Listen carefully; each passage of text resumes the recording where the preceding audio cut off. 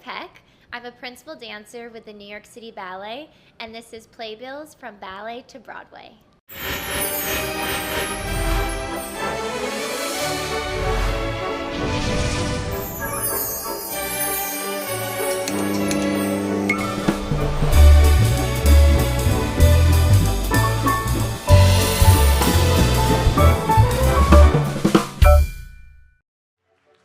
Tyler Peck is a principal dancer at New York City Ballet. She joined the company in 2005 and was promoted to principal dancer in 2009. She made her Broadway debut in the 2000 revival of The Music Man, directed and choreographed by Susan Stroman.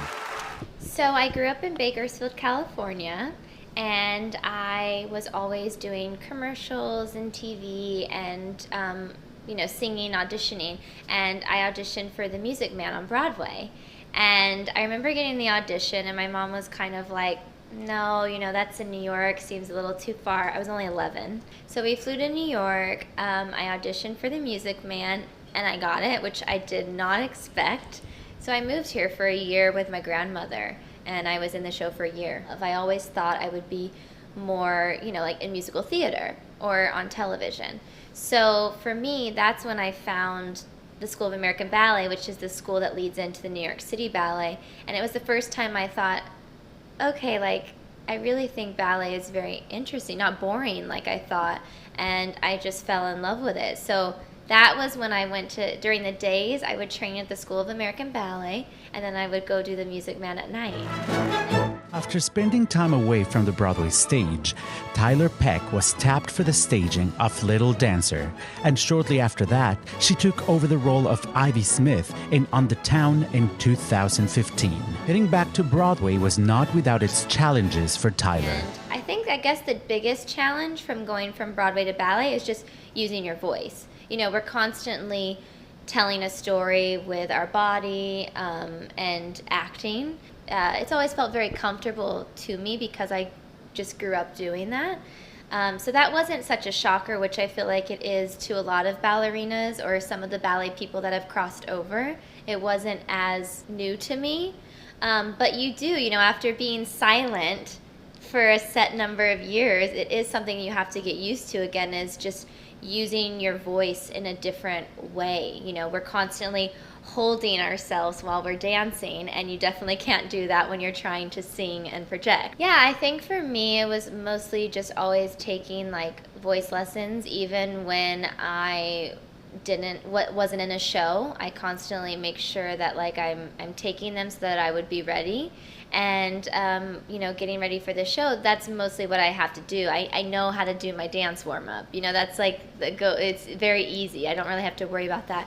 But before the show, I would spend a lot of time vocalizing and warming up. I think that was the hardest thing for me to get past, was doing the same show 8 times a week. When I did Little Dancer on the Town, you're doing the same steps every single night. You're landing on that foot every single time, or you're kicking the left leg every single time. And so I felt like that was the hardest for me to get past, was just physically. It was very demanding to do the same show every single night.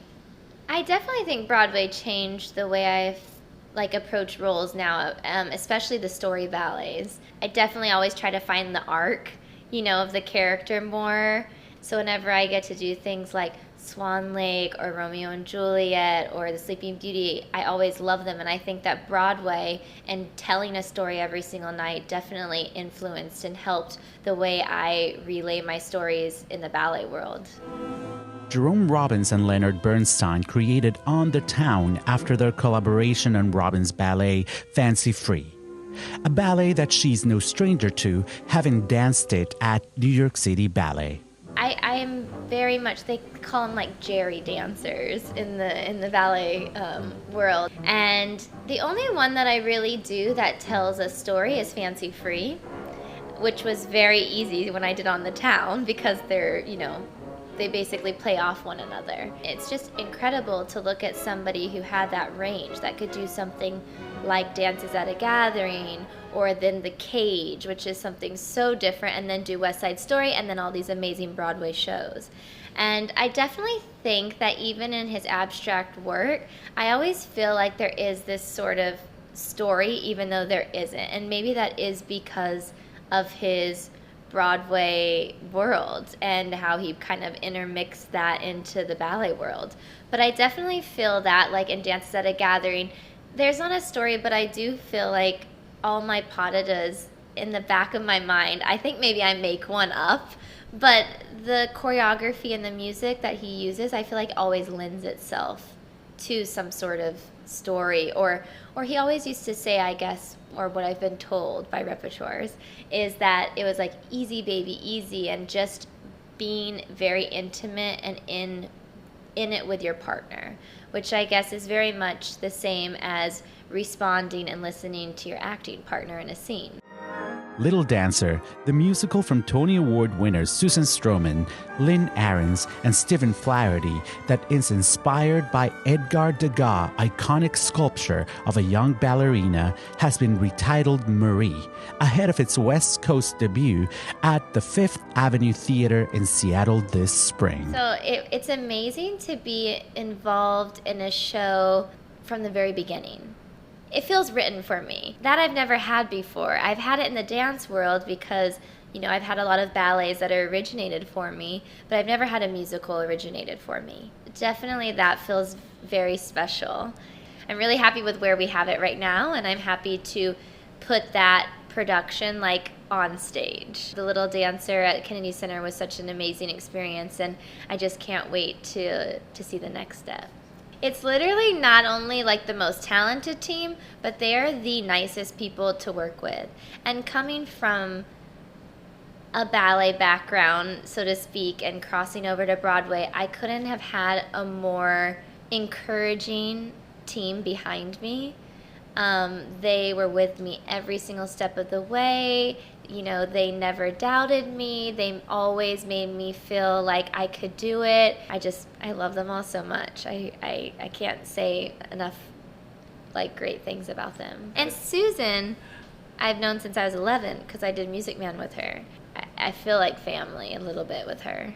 She's actually the one, when I got the Music Man, who said, "Look, you're super young, your technique is so amazing, you should really find somewhere during the day to train because it is easy to lose your technique," she said, "when you're on Broadway and doing the same show." And so that's why I found School of American Ballet.